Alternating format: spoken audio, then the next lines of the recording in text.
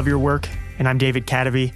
I've spent the past 10 years building my life and work around what I love, and I'm sharing what I'm learning along the way. We're in only the second week of 2018. There's optimism in the air, and you have a fresh well of energy and motivation for making change in your life. So have you thought about starting something?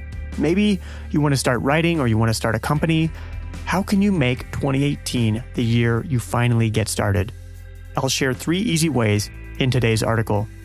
And before I get to that, I want to thank our newest Patreon supporter, David Bogman.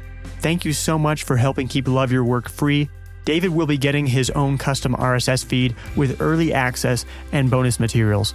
I rely upon your support to keep this show going. If you'd like to support this show, please donate at cadavy.net/donate. Here's the article.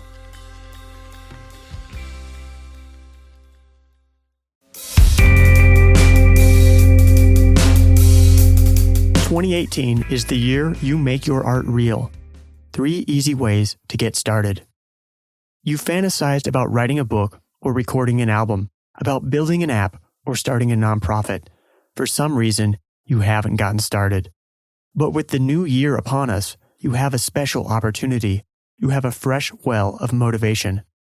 Here's what you can do to triumph this year and make sure that a year from now, you're looking back on 2018 with a sense of accomplishment.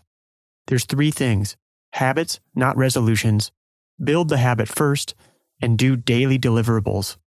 First, habits, not resolutions. By now, we all know that resolutions don't work. Just look at the line at the squat rack in any gym on January 2nd.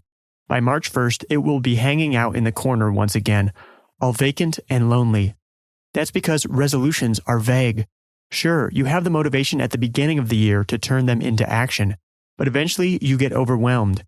You get sick or your car breaks down. Your resolutions just add to the cognitive weight bearing down upon you. Go ahead and have your vague resolution, but translate that resolution into a habit. If you build a strong enough habit, not doing the habit will be harder than doing it. The second one is build the habit first.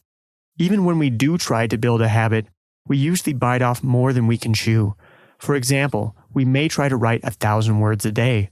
This may go just as badly as a vague resolution. Eventually, a day comes when you can't muster the will to do your habit. Your ambitious plan ends up making you feel bad. This starts a cycle of failure and resentment. You eventually associate writing with feeling bad about yourself. Naturally, you stop writing. Remember that building the habit in itself is an accomplishment. Scale back your habit to do something ridiculously easy. Instead of 1,000 words, write 100. Third is do daily deliverables. Most people dream too big.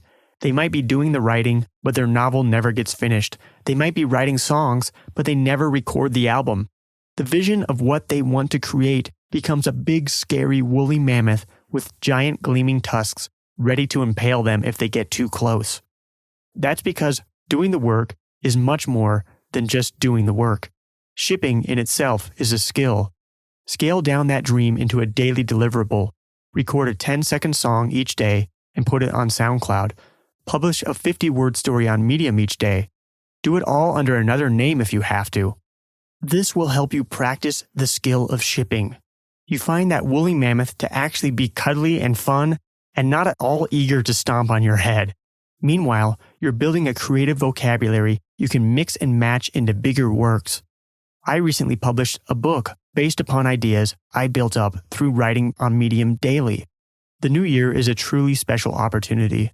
If 2018 is your year to get started right.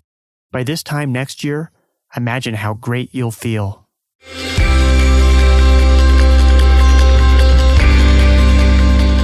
I hope that article has you thinking of ways you can bust through fear and procrastination to make real progress toward making your art real.